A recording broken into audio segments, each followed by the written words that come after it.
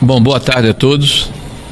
Nós nos reunimos há pouco aqui na liderança do PL, deputados e senadores, e o primeiro objetivo desse encontro é uma solidariedade ao nosso líder da oposição na Câmara, o deputado Carlos Jordi. Nós acreditamos que o que ocorreu, né, não é possível que continue a ocorrer, dado a fragilidade das provas que foram apresentadas, até porque nós defendemos que ninguém está acima da lei, todos podem e devem ser investigados, mas dentro do que preceitua a Constituição e a legislação pátria. Então a nossa solidariedade ao deputado Jordi, que lidera a oposição na Câmara dos Deputados e por isso tem um simbolismo, não só por ser deputado, por ser parlamentar, mas por ser o líder da oposição no nosso país. Então é muito grave o que está acontecendo, porque esse tipo de atitude dá a impressão de que se desumaniza uma parte importante da população brasileira que tem uma visão diferente a respeito do que é o Brasil, do que é o mundo, uma visão conservadora e uma visão de direita. O segundo aspecto da nossa conversa aqui, nós ainda estamos debruçados sobre ela, paramos para falar com vocês, é de que forma nós vamos nos comportar a partir do início do período legislativo, na Câmara dos Deputados e no Senado da República. Vamos definir uma pauta institucional, no sentido de preservar e de fortalecer as prerrogativas do Parlamento brasileiro, que dentro do espírito constitucional da separação dos poderes é um pilar essencial, importante, que representa o povo brasileiro na nossa democracia liberal. E há uma evidente hipertrofia, né, de um poder sobre o legislativo, em cima do legislativo.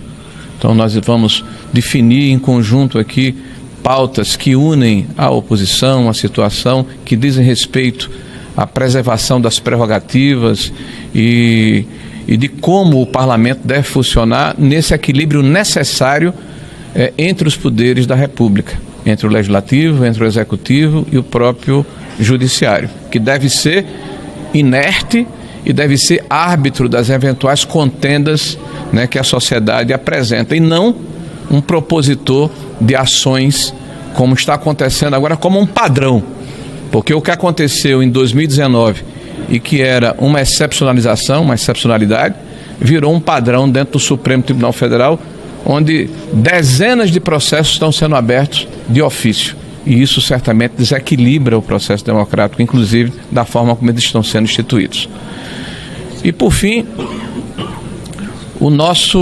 a nossa indignação, né, pelo fato de que a democracia brasileira necessariamente tem que ter um processo de tolerância para todos aqueles que, usando o livre-arbítrio e a sua capacidade de interpretar os fatos que ocorrem no nosso país, terem a possibilidade de se expressar livremente.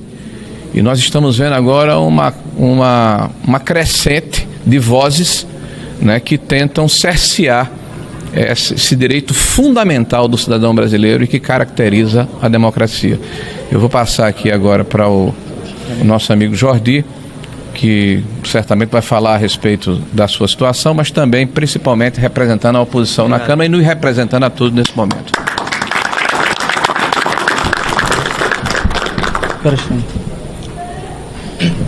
Bom, boa tarde a todos. Todos vocês acompanharam o que aconteceu comigo no dia 18 de janeiro e eu acredito que muitos não tenham ainda a noção da dimensão do que realmente aconteceu. Muitas coisas foram ditas pela imprensa, muitas coisas foram ditas pelo diretor-geral da Polícia Federal, mas eu gostaria aqui de esclarecer exatamente como foi aquele dia, que foi um dia muito assustador para mim e para toda a nossa família. Nossa casa é um condomínio, nossa casa tem 2 andares, a casa é trancada, e eu fui acordado às 6 da manhã pela Polícia Federal batendo na porta do meu quarto. Eu durmo de porta trancada no meu quarto. Eu, minha filha de 1 ano e a minha esposa. Ou seja, os agentes da Polícia Federal, com o delegado, aqueles que estavam responsáveis por aquela diligência, pularam a janela da minha casa, invadiram a minha casa. Não foi uma operação padrão, como diz o diretor-geral da Polícia Federal. Eles invadiram a minha casa pela janela. O porteiro não me interfonou, sabe-se lá por quê, talvez por receio de ser a Polícia Federal, e eles bateram na minha porta de uma forma muito assustadora, batendo, gritando: deputado, Polícia Federal, abre a porta, abre a porta. Eu acordei muito assustado, minha filha de 1 ano começou a chorar muito, a minha esposa totalmente assustada. Eu fui abrir a porta do quarto e estavam os agentes com um fuzil apontado. De fato, estavam apontados, sim, para mim. Perguntando se eu estava armado, eu obviamente que não, porque estava de samba canção. Me perguntaram se eu tinha arma, eu disse onde estava a minha arma.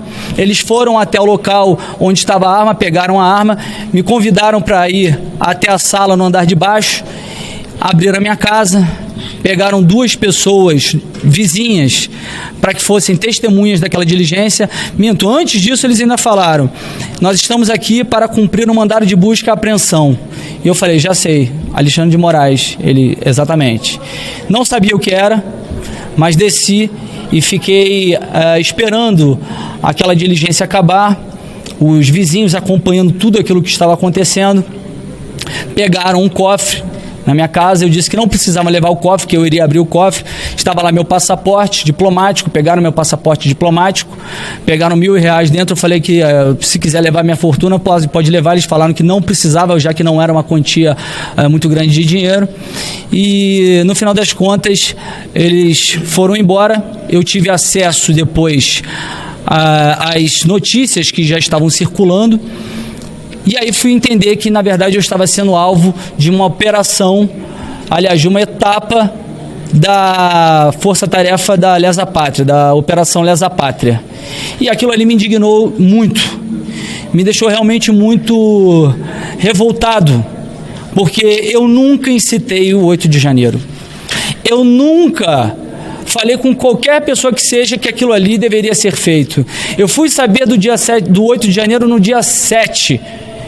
E todos que acompanharam as minhas redes sociais, e já que agora a Polícia Federal tem acesso ao meu celular, verá que nas conversas eu dizia que aquilo ali era um absurdo que estava sendo feito, que eram baderneiros que estavam justificando, estavam dando justificativas para que todos os avanços de abuso de autoridade eles permanecessem, que aquilo ganhasse mais volume ainda. Eu me indignei com tudo aquilo, postei que aquilo ali era um absurdo.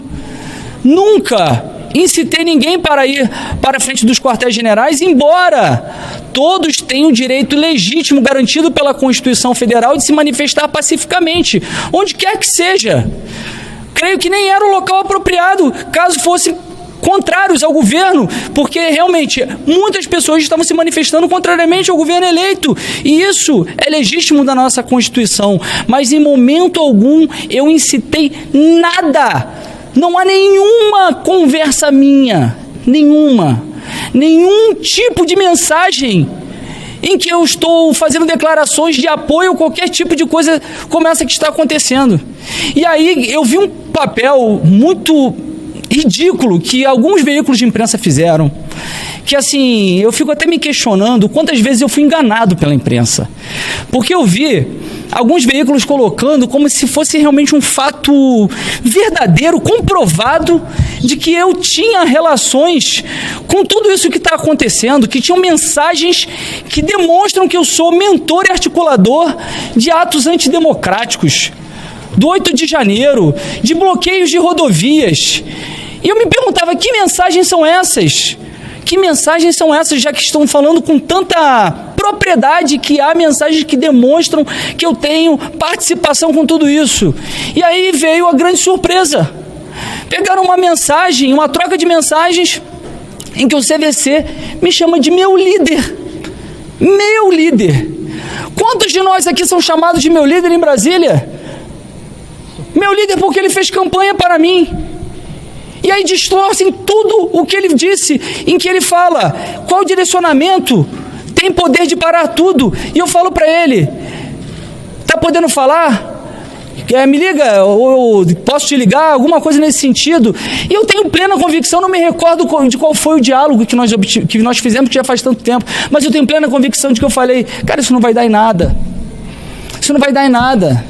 Acabou. Eu nunca incitei nada. Pegaram uma coisa totalmente distorcida para fazer uma perseguição com o líder da oposição na Câmara dos Deputados. Fizeram uma violência institucional contra a Câmara, contra a oposição, e uma violência contra mim e contra a minha família. Com nada, com absolutamente nada.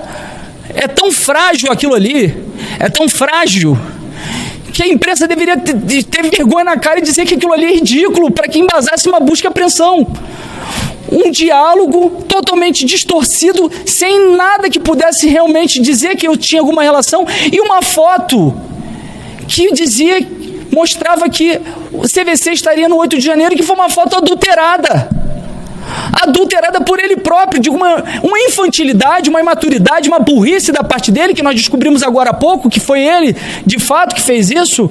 Mas a burrice ainda não é punida no nosso ordenamento jurídico. A imaturidade não é punida. Ele fez aquilo quando ele viu que deu errado, porque talvez ele estivesse ali feliz com as pessoas invadindo aqui Brasília, não estou falando invadindo os prédios não, mas quando viu que deu errado, ele foi e apagou. Inclusive a própria defesa demonstrou isso. Quando demonstrou que aquilo era uma foto adulterada, que era uma foto da posse do Bolsonaro em 2019, e inclusive o GPS dele, demonstrando que ele ficou em Campos, a defesa conseguiu a sua soltura com a revogação da prisão. E sabe-se lá por quê? A juíza que assumiu depois esse caso lá em Campos remeteu para o STF porque viu um deputado. Gente, é inacreditável o que nós estamos vivendo. Eu não tenho medo de justiça. Eu tenho medo de justiçamento. E não é medo por mim. É medo por todo mundo aqui. É medo pelo que está acontecendo no Brasil. Não dá mais para viver nesse caos, nesse tensionamento institucional que está sendo provocado. Esses inquéritos têm que acabar. Inquéritos inconstitucionais. O nosso sistema acusatório determina que quem tem inquéritos para fazer investigações é a Polícia Judiciária, o Ministério Público, que é a parte que acusa também. Cabe ao judiciário o princípio da inércia, que é simplesmente julgar. E nós estamos vendo eles fazendo todo tipo de inquérito de ofício, com base num regimento interno que nem foi recepcionado na nossa Constituição de 85, em 85 esse regimento. Não o regimento é de 85. E a Constituição de 88 não recepcionou. Em que eles dizem que eles podem instaurar inquéritos caso haja ameaças, crimes contra ministros dentro do prédio do Supremo Tribunal Federal. E esses inquéritos estão se tornando ad eterno. E o mundo todo, e pega todo mundo. Olha o que nós estamos percebendo, é que tudo isso que foi acontecendo agora é uma pesca probatória, para que possa pegar alguma coisa no meu celular, já que não encontraram nada. Não encontraram nada, um diálogo totalmente frágil para justificar uma busca e apreensão na casa de um deputado, e não um deputado qualquer, o líder da oposição. Somente em ditaduras os líderes da oposição são perseguidos. Uma pesca probatória para encontrar qualquer coisa, para incriminar qualquer um de nós, para incriminar, sei lá, o Bolsonaro. E mais do que isso, para justificar que pessoas que não têm foro de prerrogativa de função, já que o princípio do juiz natural está sendo totalmente violado, pessoas comuns que deveriam ser julgadas pela justiça comum, estão sendo julgados pelos ministros do STF, que deveriam julgar só as pessoas que têm foro privilegiado. Mas como agora um deputado investigado, há a conexão para investigar todos esses aí e condenar todos esses que deveriam ter sido julgados pela justiça comum. E eu não estou aqui passando a mão na cabeça de ninguém que cometeu aquela baderna no dia 8 de janeiro. Aquilo foi lamentável, mas eles deveriam ter sido julgados sim, por baderna. Não golpe de Estado, porque ninguém queria ali cometer golpe. Mas eles já foram, já estão sendo julgados. Agora, a quem interessa manter esse 8 de janeiro vivo, essa narrativa o tempo inteiro, querendo dizer que a política de apaziguamento ela é ignóbil e querendo mostrar que vai ter vingança, que vai ter retaliação contra toda a oposição.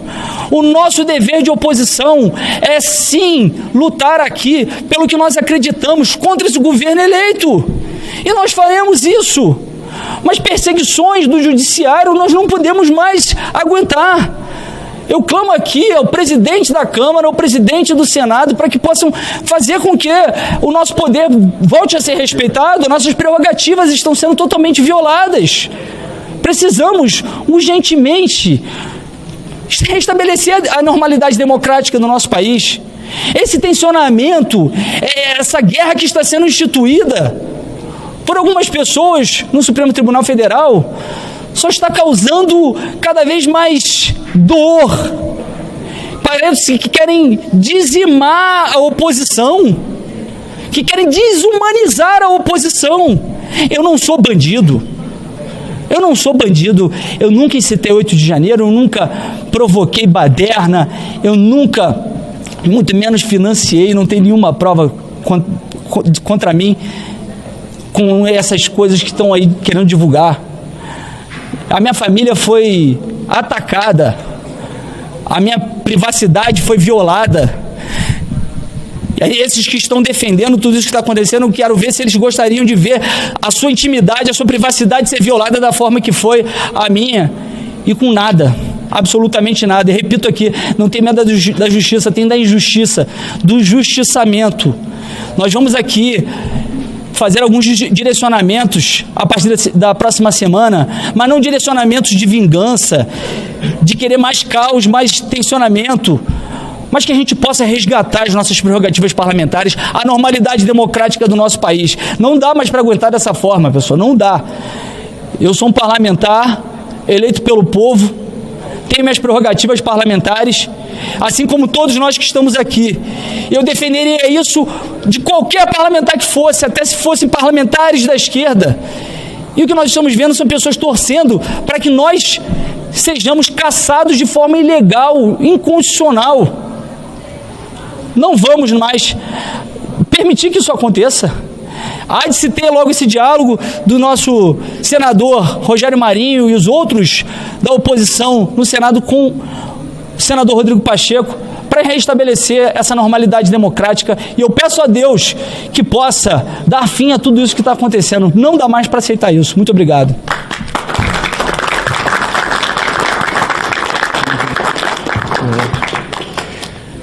Boa tarde a todos. Buscando ser bastante objetivo aqui, porque nós temos uma extensa pauta depois para discutir, como disse o nosso líder Carlos Jordi, a respeito de todas as alternativas que vamos levar para tentar resolver essa questão que já não é de hoje. Eu quero apenas iniciar dizendo que esse fato aqui, pelo menos do ponto de vista do meu conhecimento, deputado de segundo mandato, é inédito. Que no dia 24 de janeiro, dezenas de parlamentares estejam reunidos em Brasília, durante o período de recesso, para estar ao lado do nosso líder Carlos Jordi e contra os abusos de autoridade e os desrespeitos flagrantes à Constituição e às nossas leis que estão acontecendo. Eu quero dizer que vários parlamentares não puderam estar conosco porque estão até em viagem ao exterior. Mas os que aqui estão, Jordi, os que aqui estão representando a todos os deputados, do PL ou não do PL, tem vários de outros partidos aqui, bolsonaristas ou que não sejam bolsonaristas, de oposição ou mesmo que não estejam na oposição, que entendem que a agressão que você e sua família sofreram foi uma agressão não somente à pessoa Carlos Jordi, a sua esposa Laís e a sua filha, mas foi uma agressão à oposição e a todo o parlamento brasileiro. A democracia está sangrando no Brasil.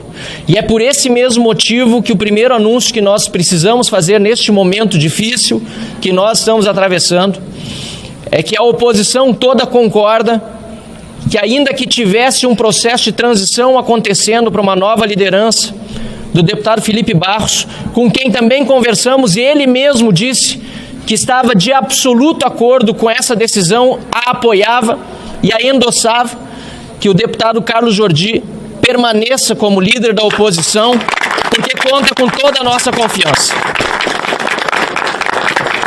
Ao lado do senador Rogério Marinho, nosso líder da oposição no Senado, o deputado Carlos Jordi tem nos representado bravamente, tem encarado esse desafio como democrata que é, e temos completa confiança de que tudo o que está sendo feito de acusação contra ele não se sustenta.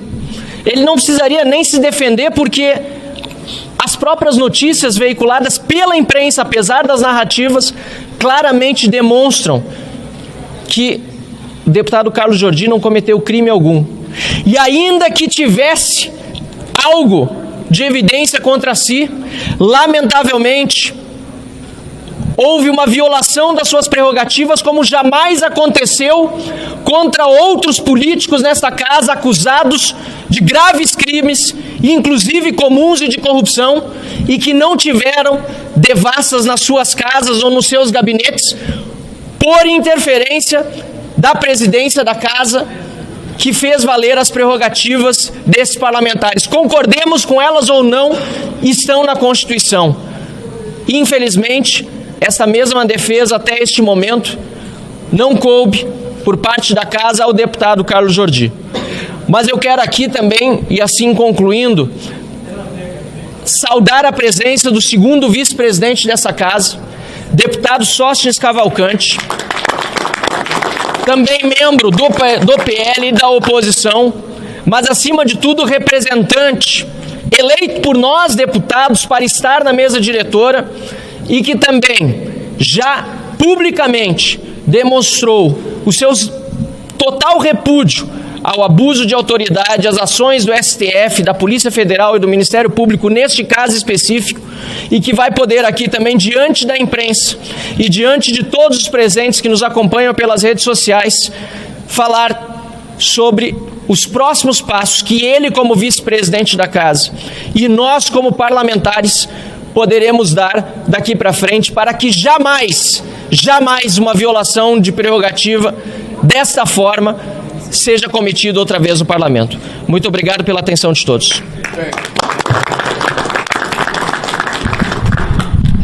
Boa tarde a todos. Inicialmente, me solidarizar também com o líder da oposição, deputado Carlos Jordi, pelo ocorrido já de conhecimento de todos.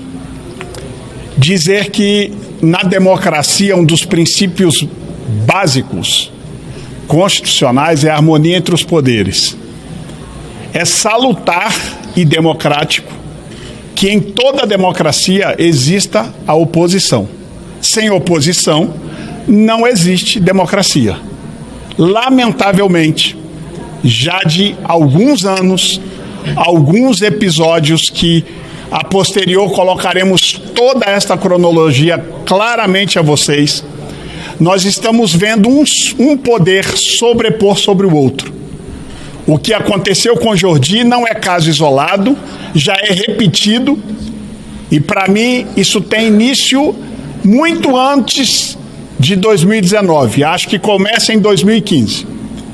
Para não dizer que este é um fato isolado com a oposição atual, recentemente nós tivemos uma decisão, e desta não do STF, mas também do Poder Judiciário, contra um parlamentar governista, que foi bloqueada a conta de R$1 milhão do deputado do meu estado, Glauber Braga. Para que não digam que este é um assunto somente da oposição. Há exageros contra a oposição, contra a governista, e o que está acontecendo aqui é um desequilíbrio dos poderes. A ordem democrática requer de ambas casas, e na minha função de segundo vice-presidente, com todo o respeito institucional que temos e manteremos ao nosso presidente Arthur Lira e ao presidente Rodrigo Pacheco, junto com os líderes da oposição e todos os demais líderes que nós vamos conversar a partir da retomada do ano legislativo no dia 5 de fevereiro, nós buscaremos todos os mecanismos para que o Congresso Nacional, Câmara e Senado não sejam mais desrespeitados por nenhum outro poder, e que os poderes voltem a viver de forma harmônica, respeitando-se e cada um dentro da sua atribuição. É lamentável o episódio acontecido, mas que, volto a reiterar, não é caso isolado e não é somente com a oposição. Eu lamento que muitas vezes alguns querem abordar este assunto tentando diminuí-lo a atos contra bolsonaristas. Quero repetir que aqui, além de bolsonaristas, existem parlamentares hoje aqui de oposição que não são bolsonaristas. Há uma oposição maior do que os bolsonaristas. E esta oposição, ela é importante, porque não preciso dizer a ninguém que a oposição, o dever dela é fiscalizar o executivo. E o nosso papel, nós não abriremos mão em momento nenhum. Falo como segundo vice-presidente, mas todos sabem que a minha vaga na mesa é a vaga do meu partido, Partido Liberal, que é de oposição ao atual governo. Portanto, o meu papel, junto com todos os demais parlamentares, será a busca deste entendimento e do diálogo com o presidente Arthur Lira, com o presidente Rodrigo Pacheco, com os líderes, não somente os líderes da oposição em minoria, mas nós buscaremos demais líderes para que nós possamos restabelecer o respeito à Câmara dos Deputados, em especial seus ambientes e suas dependências, que lamentavelmente já parece que está querendo virar rotina o que tem acontecido no nosso ambiente de trabalho, bem como no Senado Federal já aconteceu circunstância semelhante. Esta é a nossa missão. Tenho convicção de que este episódio encerrará e colocaremos aqui um limite a tudo isso, em especial com a ajuda do presidente Arthur Lira e do presidente Rodrigo Pacheco, que eu tenho convicção não faltarão com o Congresso Nacional. Muito obrigado.